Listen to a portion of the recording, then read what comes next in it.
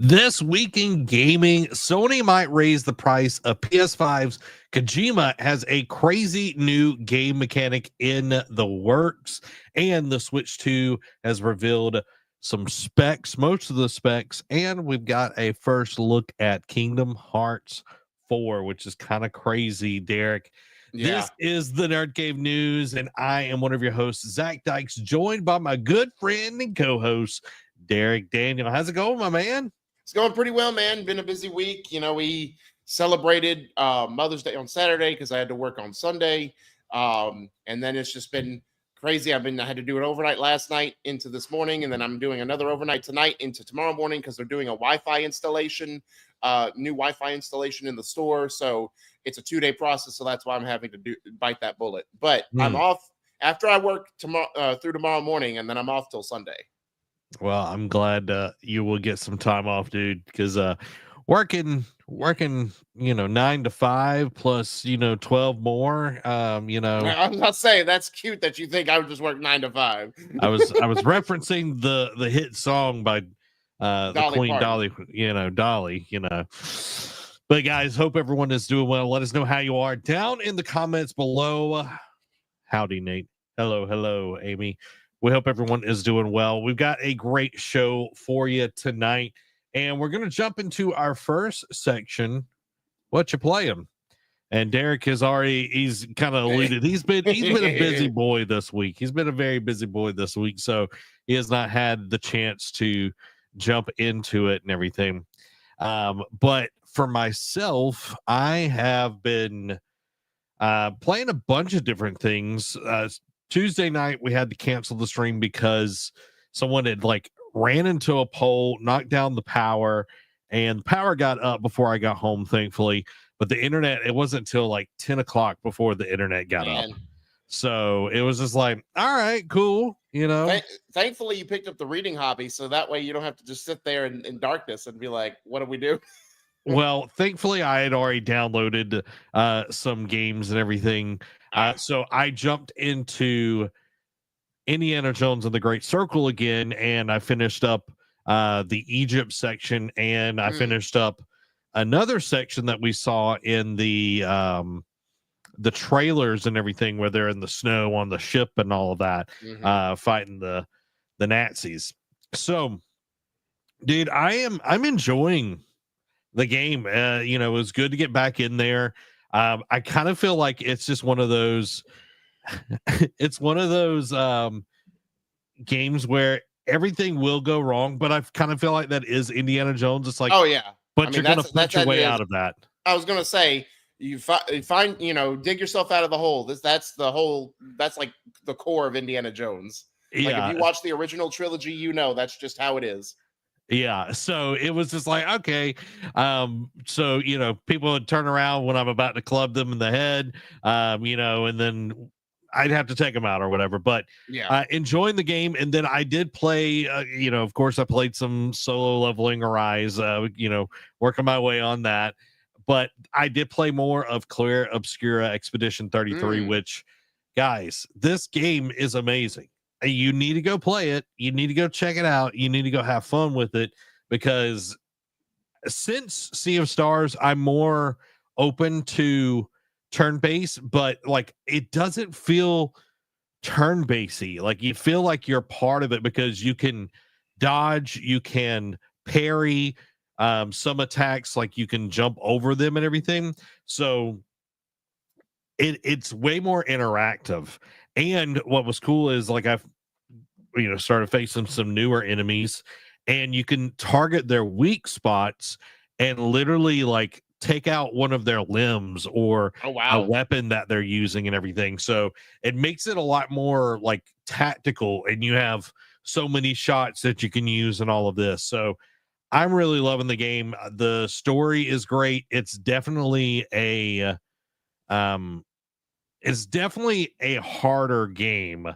But you get, sometimes you get knocked down, you got to get back up and you try it again and you figure out a different way to go after the thing and everything. So I'm enjoying it. I'm loving it. And then I did just literally, I played maybe like 5 minutes of Doom the Dark Ages.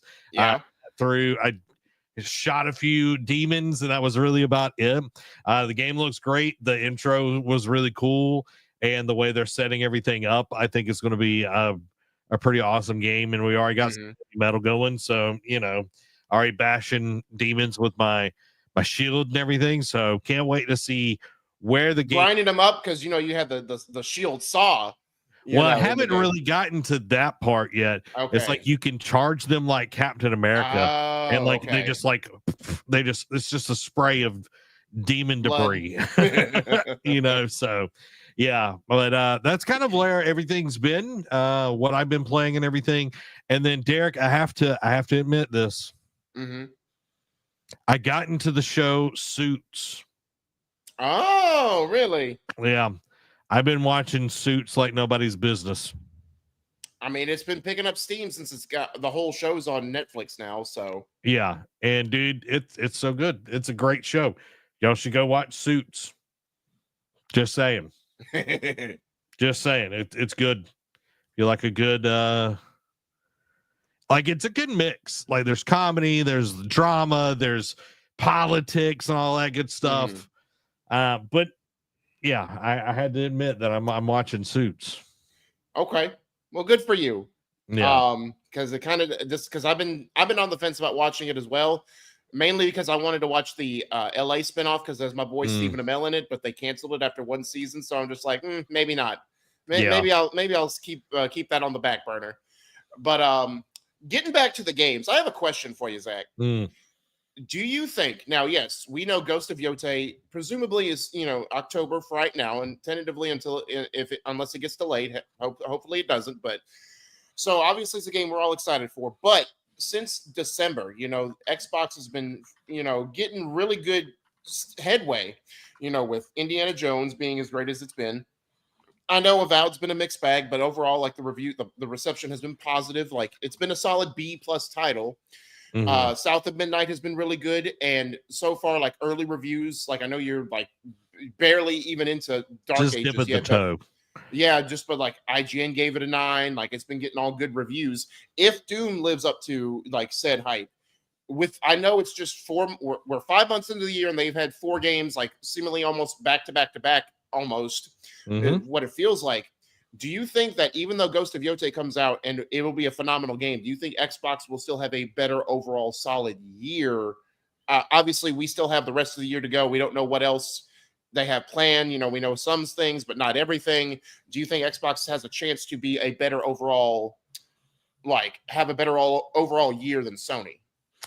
I think so, because you could put out one game, but that doesn't feed you the whole time. You know what I mean? Even like it can be better than all 4 of those games put together, but still. Yeah, and if you only get October through December, that's not that long. Of course, I will be playing it for a very, very long time. I'm on, the juice will definitely be worth the squeeze. But when you look at like Xbox side of things, they're cooking, and it's not necessarily these big massive titles. Like Doom is a bigger title and everything, but you get Oblivion, you get South of Midnight, Claire Obscura. I forgot about Oblivion remastered. So then you get Doom, and it's just like one thing after another. And literally Oblivion came out like 3 weeks ago, 2 weeks ago, something like that. And it's 3, it would have been 3 weeks. And now we're getting Doom, and Claire Obscura was the same time as Oblivion. and then a few weeks before that was South of Midnight. And Mm-hmm. it's just like they're finally cooking over there. Again, it's not Gears of War, it's not Halo, it's not Right. the big, but it's like sometimes you've got to go outside the big to, you know, really build something that people want to come and play. Right. So I think Xbox is going to have a better year than PlayStation. Mm-hmm. I think they'll have a better year than Switch as well. In regards of, you know, just games, because the Switch 2 is coming out. They will see a big boon on that, but there's not a lot of games that are coming to it that aren't on the Switch 1. Of course, the new Mario Kart is, but Right. dude, I'm looking forward to seeing what else. You know, I know they're going to be coming out with more stuff. They're not just going to stack it heavy in the beginning and then Right. And I mean, like August, we're getting Gears of War Reloaded. I know it's a remake of a remaster of one again, but still, it's more Gears of War, and it's a wet our palate again until E-Day comes around. Yep. And I'm looking forward to E-Day and Reloaded. Like, yeah, will I check it out? Probably. It'll be on Game Pass. It'll be something to play and everything. But dude, like it's just one thing after another. And we had Avowed not that long ago. That was this year as well. Yeah, that was February. Which I think you mentioned that. My brain kind of farted on there. But dude, it's just been one thing after another. I wonder if Obsidian is like, why did you have to put Oblivion out? Right. You know what I mean? Why did you have to put Oblivion out right now? Are we a joke to you? Yeah. Amy's Derek being shaded. Well, good for you talking about suits. Yeah Zach, the lighting is on point, so let me break down the lighting for y'all real quick. Oh god, here we go. Maybe why did you do this? Let me break it down for you guys. If you haven't already, hit the like button, hit the share, hit all of those good things so more people get to watch the show and enjoy it. Derek, are you ready to get into this? Yes, sir. Let's dive into this. All right. First gaming discussion topic of the week. Switch 2 final specs have been revealed by tech experts. Big chunk of resources unavailable to games. So the Switch 2 is launching on June 5th and introduces a significant new feature called Game Chat, designed to enhance social interaction during gameplay. Game Chat allows up to 12 users to engage in voice chats, share screens, and participate in video calls using an optional USB-C camera. This feature is seamlessly integrated into the system via the new C button on the right Joy-Con 2 controller, enabling a quick access without interrupting gameplay. From a technical standpoint, Game Chat is built to minimize its impact on system performance. The Switch 2 is powered by a custom NVIDIA Tegra T239 processor and 12 gigabytes of LPDDR5 RAM, with 3 gigabytes reserved for system functions. Developers have access to tools that emulate potential latencies and cache issues, ensuring that Game Chat operates smoothly alongside games. Initially, Game Chat will be available to all users without a Switch Online membership until March 31st of next year. After this period, an active subscription will be required to use this feature. Overall, Game Chat represents Nintendo's efforts to provide a more connected and interactive gaming experience, integrating communication tools directly into the console's ecosystem. So it looks the NVIDIA Tegra, that was rumored for the long time about they're going to have some NVIDIA chip, but they weren't talking about it. So we finally get shed some light on that. Of course, the C button is, making a comeback, but also going to be used as more of like the options button on PlayStation. You know what I mean? And the 12 gigabytes of RAM and is good to see with the latency issues. The Game Chat, it's interesting, without a Switch Online membership, and they're giving you an ample amount of time partly because, and we'll get into it later, with these tariffs on the horizon, they know everything's going to go up. So it's like, let's give you a break on something, but we're only going to give you like a 9-month period before you have to get a Switch Online membership. I feel like it's more of like a dealer. It's like you get the first taste is free, and then once you're hooked, that's when they're like, okay, now it's time to pay the piper. Just like a free trial of Netflix or any other subscription service. But at the thing here with this is, how many people are actually going to have a Switch at launch? How many are there? I know like all the hardcore Switch people that I know aren't getting one at launch. Oh, really? Yeah, like they're like, yeah, I'm waiting until there's more games, and I totally respect that That's because fair. there's there's not a lot going on there, especially at launch. And that's with any game console lineup. I mean, PlayStation, yeah, it had a little bit more. Like PlayStation 5 had a little bit more than usual, but still, it was bare bones. Xbox, the same deal. Switch One, outside of Breath of the Wild, what was there? To be fair with you, Mario so I Odyssey. mean, but that was later that was fall. You know what I mean? Like Mm. at launch, like getting a console day one. You know what I mean? Like that. Yeah.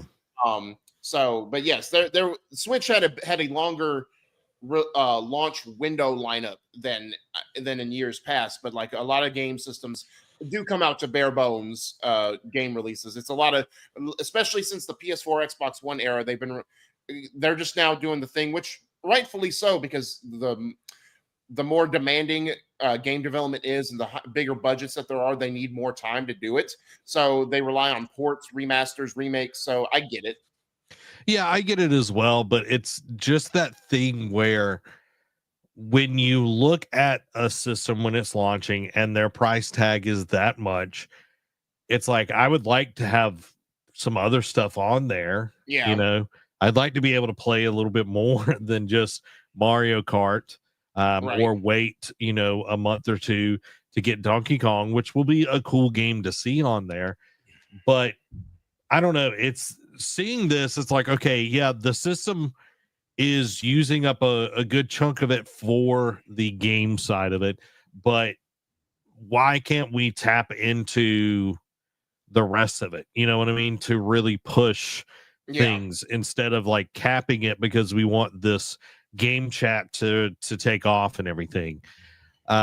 Well, and I know it's like a new toy because their game chat on Switch One was non-existent. It was pretty Yeah. much like a hand-me-down, like third-party way of doing things. But I mean, I get it. They want to tout it. They want to bang their chest and be like, "Look what we did for you guys. We listened to you. We put one of your most requested features in there." But it's like, cool. Yeah, What but else? I got to pay for it, right? Unlike Xbox and PlayStation that has Discord in there for free. Yeah. And it's like, okay, well, I got to now pay for another thing. And I know it's, Nintendo Online and everything, but it's like, and you have to get the camera. I'm wondering if they're, well, I'm just saying, I'm wondering if they're going to make it where it's proprietary, where you can't plug in like a webcam into it and use that if you have to use Nintendo's. Like, it's like, oh, we don't recognize this. I think they said you could use third-party webcams. I think they confirmed that. Now, will that be for the long run?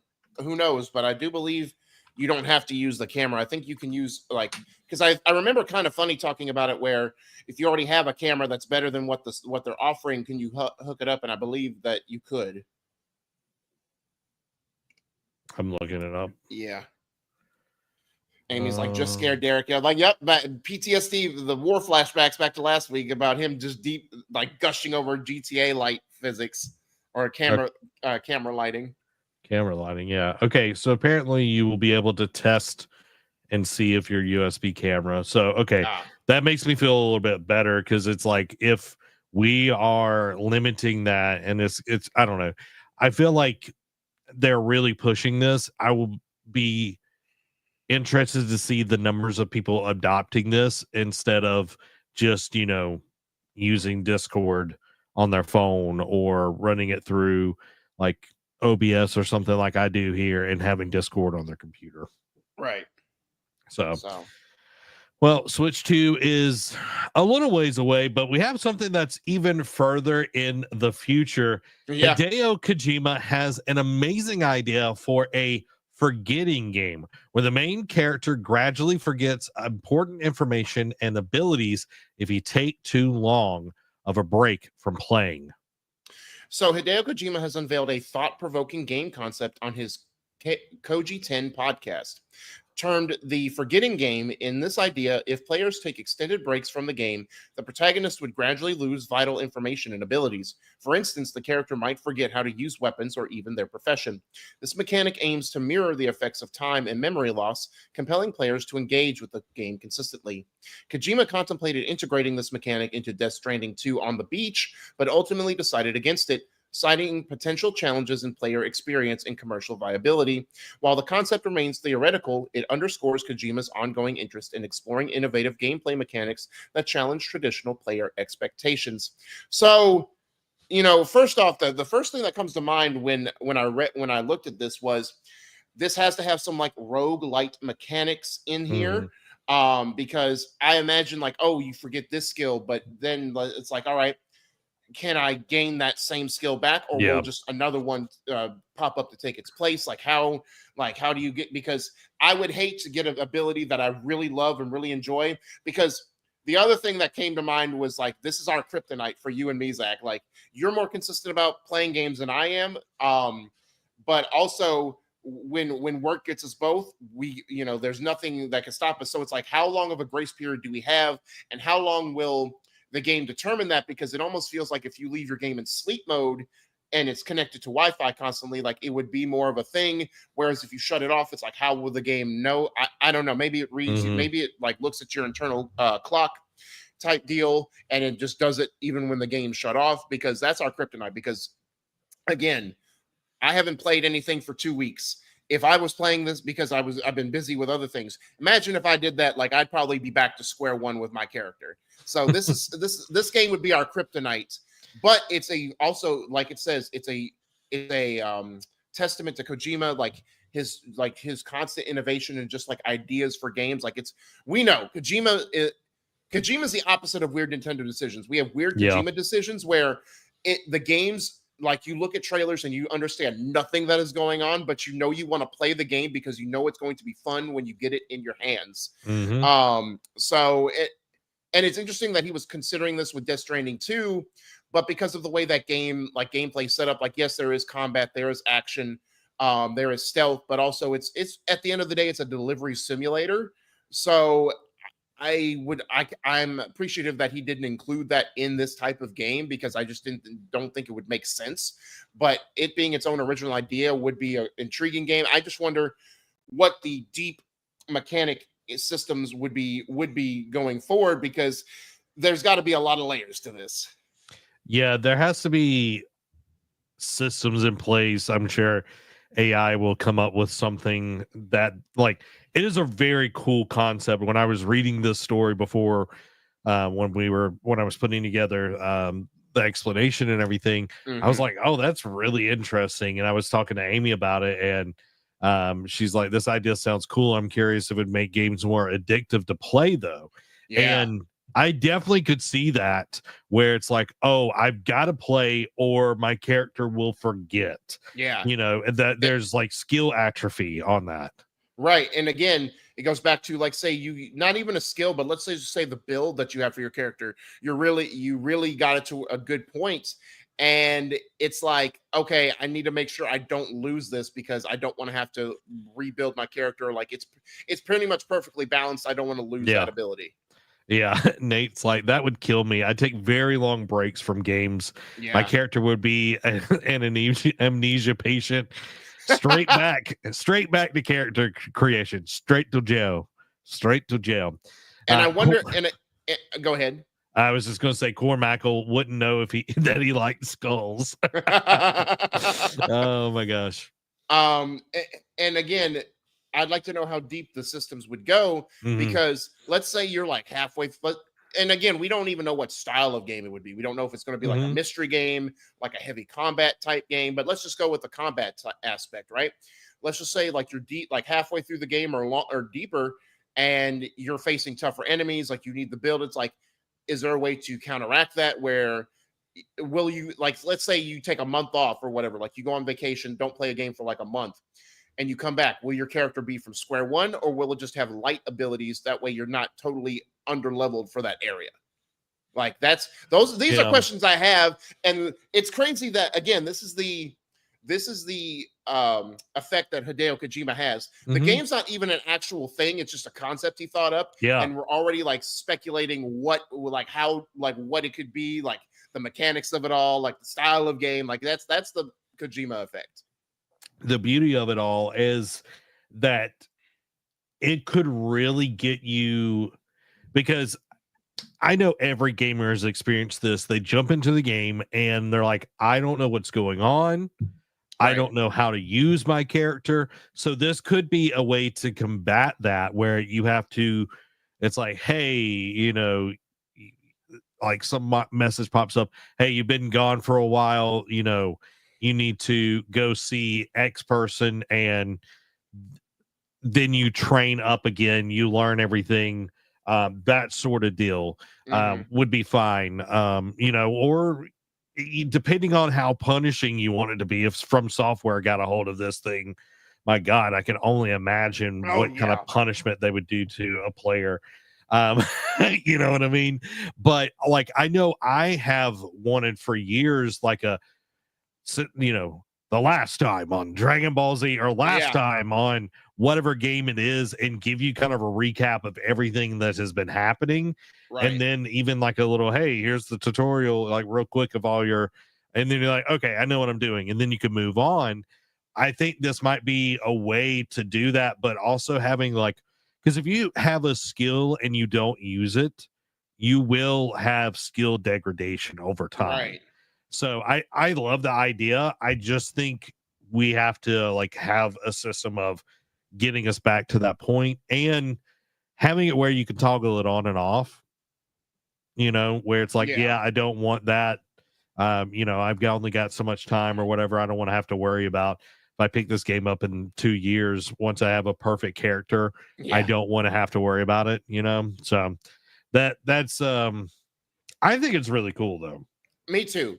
It's definitely unique. I don't think it's, again, it screams roguelike to me, and we've had roguelike games, but in this concept, it's something that's not been done before.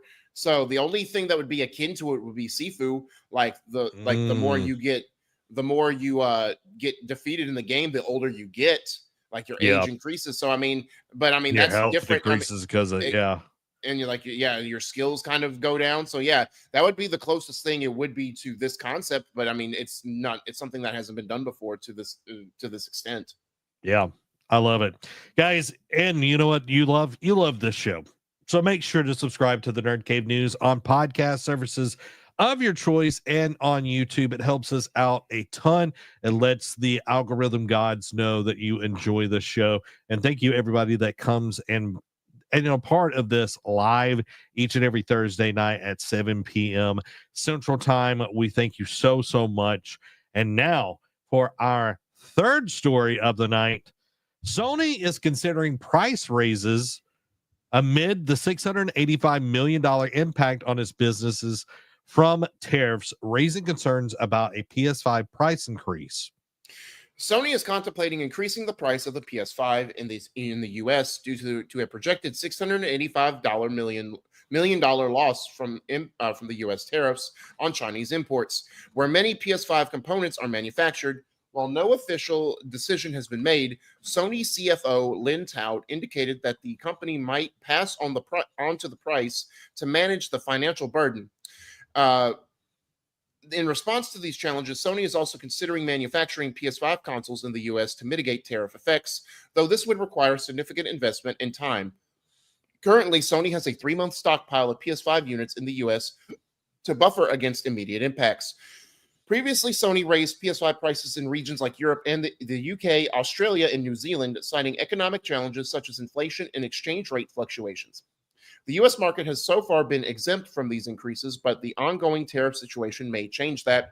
And let me just start by saying yes, a week after Xbox has said they're going to increase prices, and we already talked about it. We already got ahead. It was only a matter of time. And this is just confirming that it's not an if, but a when situation for Sony. Again, the 3-month stockpile, yes, it's a 3-month stockpile. That gives them a little bit of a buffer to kind of figure out the exact pricing so they can still make money, but still to counteract the tariffs, but also still make it affordable, at least somewhat feasible to fans that still want to buy consoles. But at the same time, thinking about it, and if this was Jim Ryan, he would have already raised the prices by now. Maybe not. Who knows? But a 3-month buffer doesn't really necessarily mean that we get a 3-month break. Until then, they could easily raise the price next month. My thing is, one, how many sales are actually happening of units? Correct. So is that like taking that into consideration? 2, there are a lot of trade deals being made right now.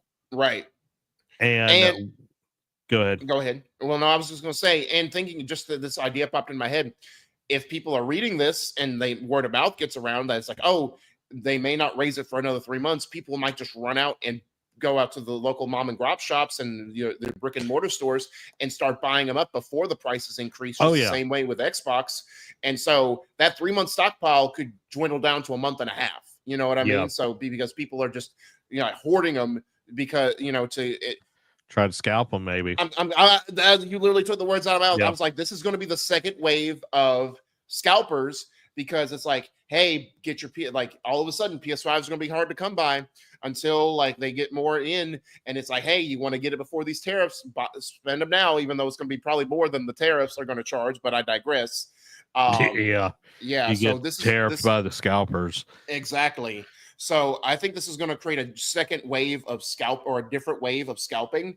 So that's also that. So again, the 3 months doesn't necessarily mean anything because if more people are reading this, and word of mouth gets around, the typical Gen, and this is not to be ageist or anything, the typical Gen X parents who aren't really into video games that just, their kids say, I want a PS5. Okay, cool. They might wait till holidays, but our generation and lower might be hey, let's get a PS5 now before it gets way too out of our price range.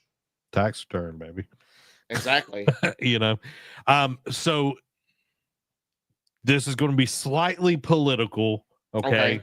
Slightly political. So just put on your Pampers and here we go. Let's pull up to this thing. So we just went into a deal with China, where we're going to be on a 90-day pause of tariffs, other than 30% coming in, and then we're 10% exports. So that to me is saying we're not going back to the crazy 150, 185 thing that both of the peeing contests that we've been going on with them. Plus, a lot of the manufacturing is moving over to India, and Banzak, he's being political. Thanks, Dan. Plus, we also have a trade deal with India where they're bringing a lot of manufacturing from China over to India, which that is a whole can of worms in and of itself. I wonder if they're going to continue that now that we're having talks with China and everything. So for me, I think a lot of companies are unfortunately going to be a little shady here, and they're going to be like, oh, the tariffs. Yeah, this is going to be the COVID part 2. I was going to say, it's just going to be the new buzzword, crunch, layoffs, closures. This is going to be the new taboo word is tariffs. Well, the whole because of COVID, the amount of this is gone down. Yeah, that's the excuses for why stuff is the way it is. And we saw Xbox already do this. I'm very surprised that Nintendo did not increase the Switch 2's price, but I'm glad they didn't. And I think but I think PlayStation's playing a little bit smarter because of all the things that are happening. If we would have kept on with our stance and not have made these deals, because we also made one with the UK this week or last week as well. So there's a lot of things politically going on that is forcing these things. Also, I know Amazon is going to start putting beside the price of something, how much a tariff is impacting that piece of equipment or whatever you're buying.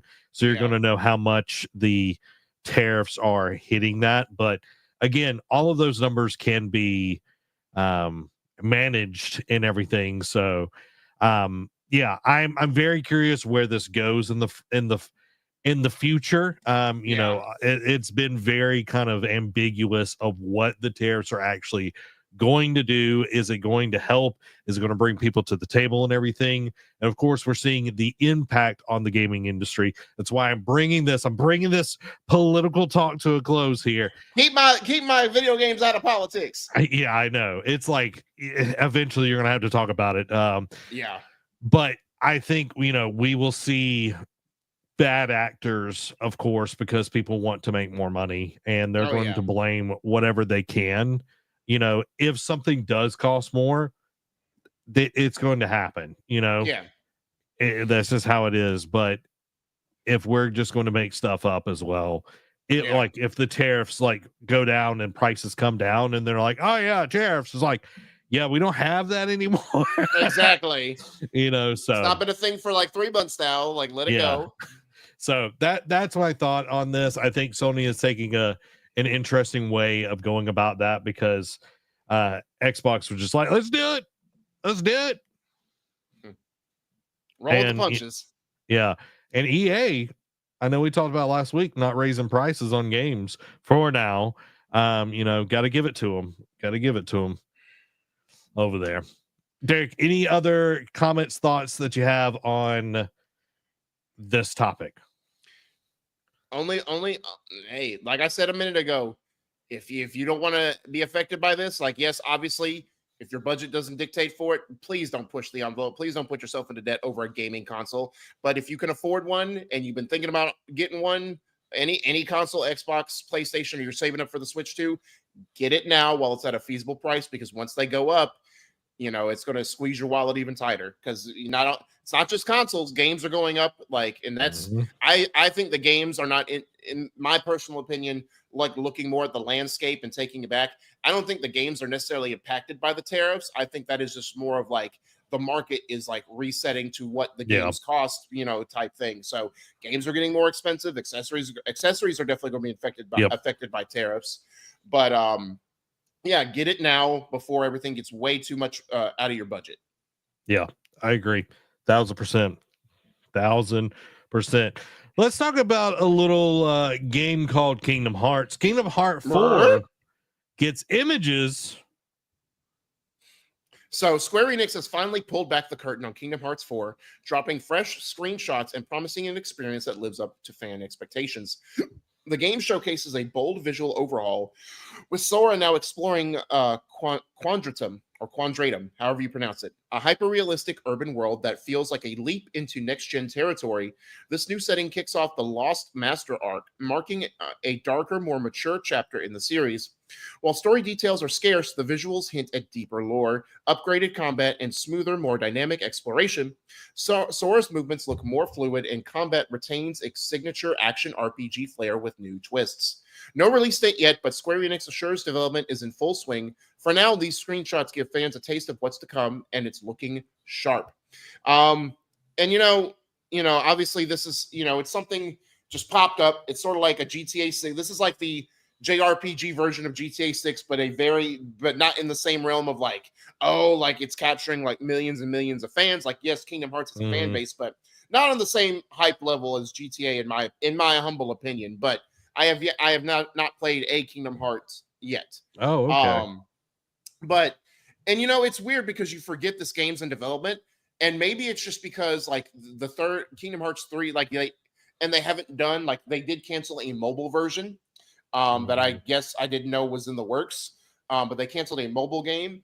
And yes, maybe it's because that they did so many like interim games in between like the 3 major titles that it felt like we never got a break from Kingdom Hearts, but this feels like the biggest break we've gotten between 3 and 4. Now, yes, 3 had mixed reception. Like some fans loved it, some fans thought it went. And this is with anything that wraps up a trilogy, right? The ending is never going to be the ending some fans want it to be. There's always going to be things that people don't like. Obviously, that's it's an acquired taste. It's your opinion, but it feels like they are not. It's not I don't want to say it's lackluster, but it feels like the hype for 4, and maybe they're taking a different approach because 3 took so long to make. They literally skipped a console generation before they put the 3rd game out. Yeah. And yes, they did port the rest of the games like onto PS4 so people could get caught up on the story. But it feels like, yes, when Kingdom Hearts 1 it was just different, involved Disney with Japanese lore, like it felt like Final Fantasy. Then 2 everyone loved, and then like the entering games, some loved them, some hate them, and then it was like this big build up to 3 that it felt like Final Fantasy 15, Last Guardian, like you name whatever games took like almost 10 years to get out in development. And it feels like they were talking about this constantly. It felt like for like 3 or 4 E3s in a row, they showed something Kingdom Hearts 3 related, right? Mm-hmm. And it was just a matter of when it was going to release. And now it's just like they announced 4 like a couple years ago. I felt like it was like 22 or 23 is when they first unveiled Kingdom Hearts 4. Maybe it was sooner than that or later than that. But and then it feels like nothing up until this week they've talked about Kingdom Hearts 4. Now maybe they're taking a different approach. Maybe it's because this is a start of a new, like they said, a new arc compared to the first 3 major titles were the first story, and they're continuing, because I don't think anyone expected them to continue it. This is like an anime. It feels like at this point, I'm talking about like the Lost Master arc. I don't know. It's just different. It feels different. They're taking a different approach, maybe for the better, with like keeping like so fans don't get fatigued on seeing Kingdom Hearts all the time and being like, all right, when is it? Just give it to me. Thing. Yeah, it was in 2022, April 10th, 2022, which was the 20th anniversary of Kingdom Hearts when they announced 4. See, if I say this sometimes my mind's like a steel trap. See, Derek knows the dates. Like, Derek is really good with dates, y'all. If y'all don't know that, and stats. He's just great at that. All right. I'll give Derek that. But betting, not good at it. He's not good at it which at is all. why I don't do it anymore. Yeah, I wish he would. I wish he would. For me, it's like, okay, it's 2025 now. That's 3 years of development. Who knows how long it's been cooking since then? Correct. Because Kingdom Hearts 3 released what? 2020, 2021? Maybe maybe not even that. Hold on. I'll have an answer for you. Maybe 2019, actually. 2019, January 25th, 2019. Yeah. So with that in mind, I think it is, if any Digimon fans are out there, here we go. All right. You ready for this? Yeah. This feels like when we went from being in the Digimon world to being into the real world. Yeah. You know, there was like, you had the first set of kids and you had the second set, and then they came to the real world. And that's when everything kind of felt weird about Digimon, in my opinion. Yeah. I feel like this might be that, where maybe we get into more Final Fantasy. I don't know. But this thing is complex. All right. Yeah. I'm going to just be honest with you. Final Fantasy makes as much sense as Metal Gear. In my opinion, like trying to find the time, because, and here's the thing, like, yes, the Metal Gear story is technically, if you look at like the timeline of it, it's told out of sequence, but it's still like trying to piece together. It's still like a headache. Kingdom Hearts is also a headache, but but you know, because they have the 3 major titles, but then like some stuff goes before that, like the interim games, like go sometimes before certain games or in the middle of certain aspects, but it's all canon. And that's what's even more confusing, because then it's like, people think, okay, I got the lore figured out, and then they put out a new game that kind of flips it on its head. It's like, well, I don't understand anything anymore. Yeah, it's like 34 and a half scoops of ice cream and day drop distance, and you know, the canoe that had a hole in it, and boy that cried wolf, part 75 minus 3 over 8 days. Yeah, over 8 days, you know. Like, we're just over here just bashing Square Enix and everything at this point, just because of their weird naming habits. But when you really come down to it, it's like, people that love this really love it. And from my experience, I loved 1 and 2. I couldn't beat Ursula on the first Kingdom Hearts. Tried everything in my power to. So I just skipped to 2. 2 was amazing. I played 3, got terrorized in the Toy Story world, because the only song that they had in the whole flipping level, and it was like hours long, is "You Got a Friend in Me." Wow. You got a friend in me, or a like instrumental version of "You Got a Friend in Me." Yeah. But other than that, like, I was enjoying it pretty well. You know, I think people are going to be really excited for this. I do want to see where this goes. Do we still get Donald and Goofy running around with Sora? Are we going like, we're still having the Keyblades clearly. Yeah. Yeah, that is my trigger song for sure. And I agree, Nate. 1 and 2, epic. And I think 3, why people don't like 3 is because it took so long to come out. Yeah, it was the years of seeing it at E3s and other demos, and them just hyping it up and people getting it over anticipated for it, and then it just kind of came out to and it was just again, it reviewed pretty well, but it just to a lot of fans who were waiting for it for so long just came out to a dull roar. Well, you think about it. 3 came out in 2019. 1 came out in 2000, or 2 came out in 2005. That's 14 years. Yeah. That's a long time to let it build, and you're expecting all of these things. So yeah, Dan is our resident hardcore fan. He said now that they canceled Missing Link, they're going to have to dismantle that part of the narrative in a different format. I'm going to believe anything you tell me right now, Dan, because I don't know the story other than there's Heartless, there's Hollow people, there's a dude named the Doctor, but we don't know what his last name is. They say Doctor Who. There's Gamorrean soldiers that look like pigs. And then this key can turn into different shapes, and you go Super Saiyan, or you turn into a Sailor Moon. You have a talking mouse that's a king, and then you got 3 different versions of the same character. You got the real version, you got the Heartless Hollow dude, then you've got his brother named George. I don't know what's going on here, but the games look pretty, and so the music is really good. Sora is Ichigo, is what you're saying. Sure. Oh yeah, you haven't watched Bleach. I'm sorry. I haven't watched Bleach in a long time either, but beginning to end. But I do remember at least certain parts of it. Yeah. Nate, I thought Missing Link was Legend of Zelda. Nate over here. That is a missed opportunity if I ever did see one for a Zelda title. Legend of Zelda: The Missing Link. That's what they should have named Echoes of Wisdom. Good point. So you messed up, AA Ron. You done messed up.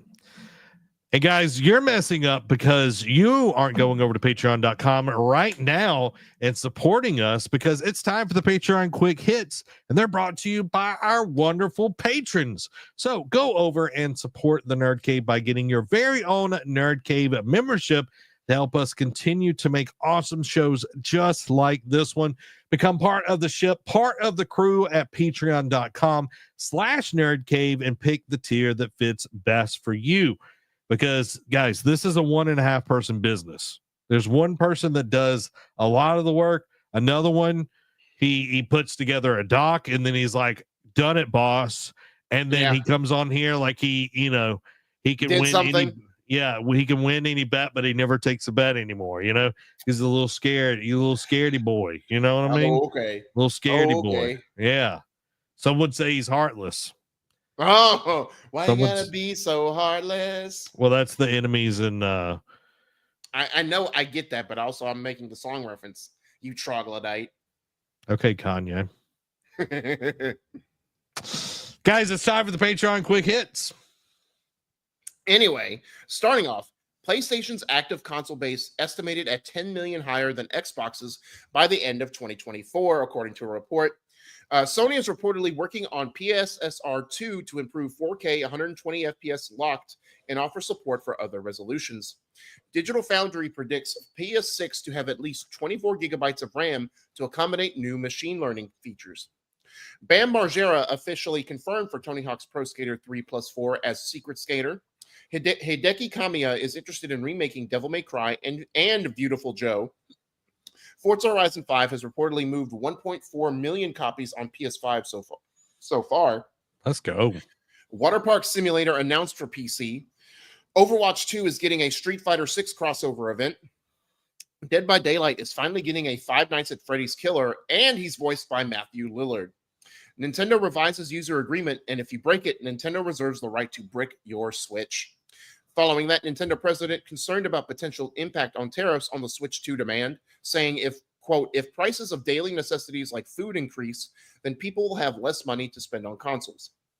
Isabella Merced says The Last of Us Season 3 should begin production next year. Tony Hawk is pushing for a Tony Hawk's Underground remaster, saying, quote, I'll campaign all I can. Following that, Tony Hawk's Pro Skater 4 is making major changes to its mission structure. Elder Scrolls 4 Oblivion Remastered performance degrades over time, and Digital Foundry calls for an emergency patch. Sony China acquires the remaining 51% stake in Oriental Pearl, now fully controls PlayStation hardware distribution in Chinese market. As the move to $80 games kicks in, gamers point to Mafia the Old Country and Clair Obscur and hope the $50 trend succeeds. Sony Santa Monica continues hiring spree for unannounced project with multiple positions now available. Rumor, a GTA 4 remaster could launch this year. FBC Firebreak closed technical test kicks off today with crossplay support. And following that, Firebreak won't feature the old gods of Asgard, which is the metal group that they've been using in previous Remedy games like Alan Wake 2 and so on. Max Payne 3 remaster could happen if Rockstar is still following their plan from the pandemic days, says an insider. Rumor, Horizon 3 targeting 2027 launch, potentially a PS5 and PS6 cross-gen release. It's crazy that we're not only talking about the Horizon 3 being in a couple years, but the PS6 being on the horizon as well. Stellar Blade PC set for June 11th release alongside Complete Edition for PS5. Pal World modders are restoring mechanics Pocket Pair was forced to patch out due to Nintendo and the Pokemon Company's potential lawsuit. Some fans think Liberty City is a secret location in GTA 6.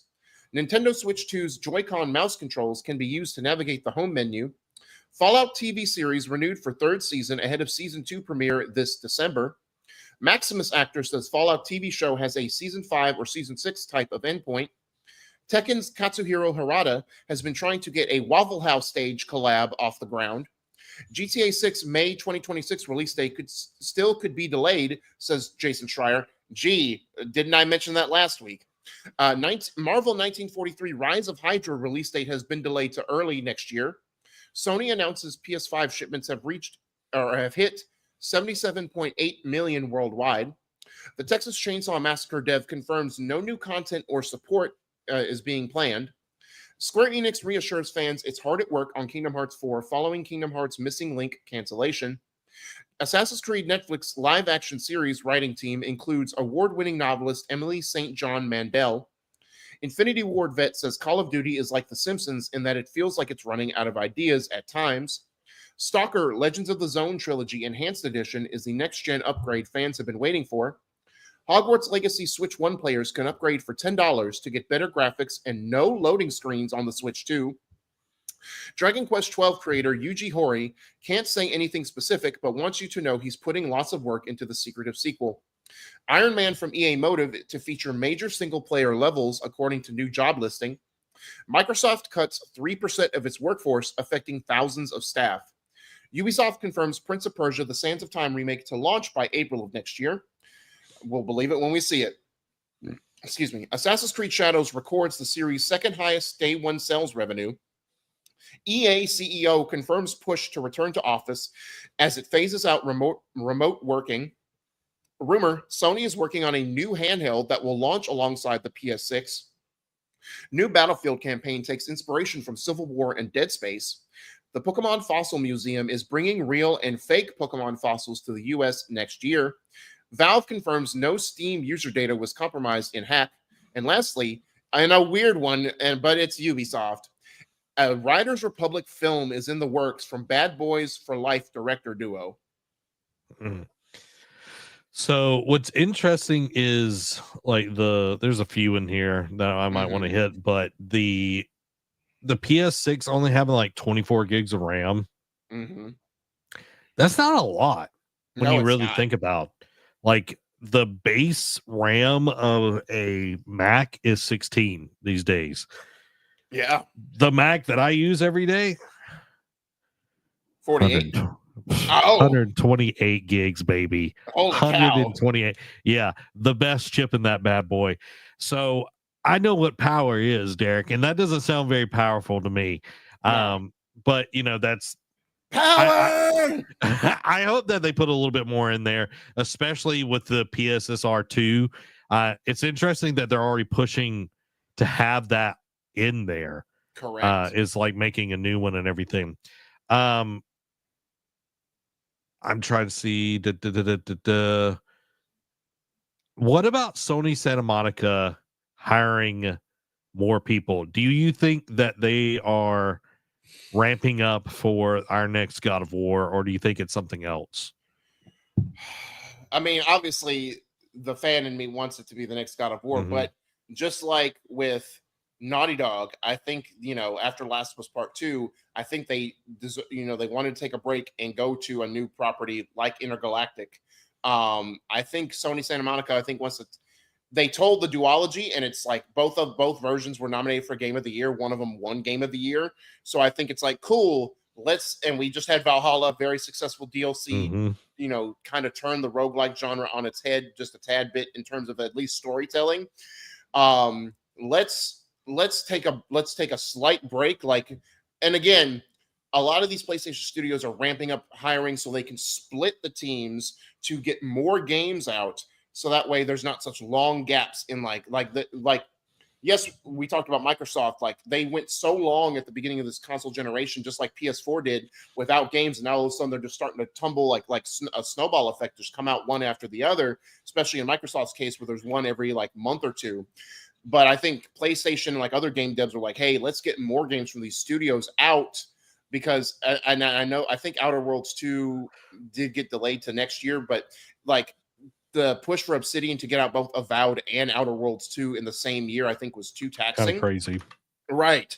And I think PlayStation wants not like every year be like, all right, Santa Monica, Guerrilla, Naughty Dog, Sucker Punch, Insomniac. I don't think they have that strategy, but I do think they don't want to have such a big gap or have such so many release around the same time frame. So they could do both. Who knows? It could be, I think they're ramping up for a new IP with this job listing, but it could also be God of War. Who knows? I just looked it up. It looks like they have not moved Outer Worlds to. No, it was Fable. I'm sorry. It's Fable. Okay. Yeah. We're apparently getting a direct on June 8th, which would be during Summer Games Fest. Yeah. So we'll see. That may be their big fall game. Yeah. Yeah. Which will be interesting. And then last thing, I want to pick your brain here, Derek. Do you think the rumored new handheld by Sony launching with the PS6 is a good idea? No, because I feel like it'll cannibalize it. Plus, it's all right, I'm of two minds of this. I don't think it's a good idea to launch it at the same time. Agreed. But also they see what the Switch has done. And yes, the Switch is a hybrid. It's a different thing. And that's another idea. What if it's a hybrid thing? What if it's it's a separate console, but also can work with your PS6? I know they kind of had remote play integrated with the PS4, but that's, to me, it almost is a separate entity. Yeah, the Portal is done pretty well. Exactly. So I feel like it is a bad idea to relaunch it at the same time. I feel like if they relaunched it ahead, I feel like if they launched the handheld ahead of the PS6 and then say, oh, it can integrate with it, that would be a better move. But also, I think because of how the Switch is doing and Microsoft getting into the handheld market, I feel like Sony's like, hey, we were kind of yes, Nintendo was the first one to do it, but we were doing handhelds a while back too. Let's see if people are clamoring for handhelds again. Let's see if we can capture that lightning in the bottle again. Yeah, because when you think about the PSP and the Vita when they came out, they were both more powerful than Nintendo's products. Correct. At that time. And PSP succeeded because it had games. Vita, they stopped supporting it. They stopped supporting that. They just kind of cut it off, at the knees. And of course, he just dragged it as long as he possibly could with indie support and everything, God bless you, Gio. But I think with this, it's they see the success of the Switch, they see the success of Steam Deck, And now Microsoft is, partnering with third parties to create their own because they don't want to go full bore into this yet. Correct.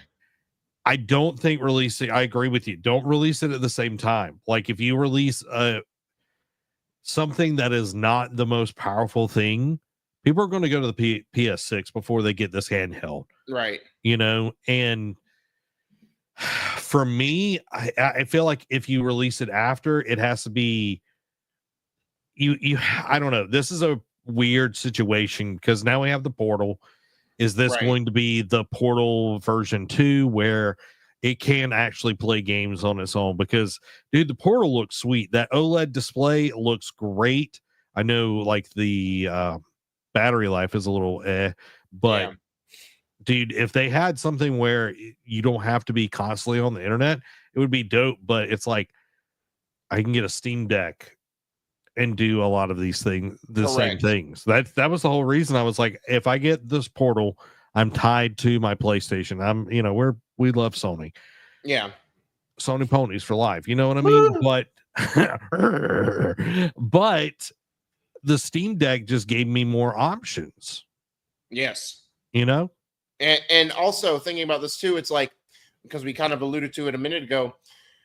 Yes, Xbox is kind of like not wanting to go full bore and commit to it, but Sony has a track record of, like, since the Vita and PSVR 1 and 2, they just stopped supporting it at a certain point. So that's another reason why I'm hesitant about them getting back into the handheld market. Yep. It's like, yes, the Portal has been a success, but that's not really its own entity. It's more of like just an additive to the PS5 in a sense. And my thing is just like, okay, cool, you're getting back into the handheld market. If you're going to make separate its own SKU of games for it, are you going to support it again? Because yes, you got into the VR market. I know the VR market's been very flimsy, like it's been more niche, like than handhelds have been. I get it. So I get why Sony wanted to at least test the waters. But again, you have a track record from Vita, like the last 3, we'll call it side projects, like side consoles that you've had, even though you have to have a PS4, PS5 for the VRs, but that I digress. And all of a sudden you launch it, you promise the world, you promise, oh, we're going to put games and games and games. And then after about the first couple years, nothing, crickets. Yep. And then the Vita, maybe not so much, but like the PSVR 1 and 2, you spend $400 or $500 on this new piece of tech. And now it's just sitting there collecting dust because you have no reason to plug it in and play it. So is this going to be another track record of Sony being like, hey, new handheld, like here's the games for it. We got all our studios committed to making games. And then 2 years later, it's a brick. Yeah. I think that's the thing, any consumer needs to think about at this point is what is the long term. Does it have legs to this thing? Are we actually going to get support from first party long term, or is it going to be another, piece of hardware that just kind of sits there? With the Vita, I will say that we did get 2 iterations of it, which was nice. We got, the original, which is the best because you do have the OLED, but then they, every time a console comes out, they're going to find a way to make it cheaper to manufacture. So, in the PSP, I think the reason why it lasted so long was the modding and the jailbreaking side of things. And please, for the love of God, if y'all do memory cards again, do it right. Don't make it like the size of first of all, don't make it the size of your fingernail where it can be easily lost or like, stepped on, whatever. And also don't make them so flippin' expensive and allow third party options to get in there and make cheaper options, even if you do. Yeah, the proprietary, and I'm worried that's what Nintendo's about to do with the Switch 2 is make them proprietary. Like I understand having something that's faster to be able to read these games and everything, but don't make the mistake that the Vita, like that was the shot in the kneecap for sure, was that proprietary part of it and everything. So there you go, guys. That is this episode. We've went from Nintendo all the way to tariffs. We've talked about it all. We talked about handhelds. We've done it, all that good stuff. Guys, let us know what you thought of the episode in the comments. We'll be back next week. We're going to be chatting more about this. And of course, we'll be live on Tuesday. It's going to be a great time, guys. This has been Zach and Derek. Y'all have a blessed week. Bye-bye.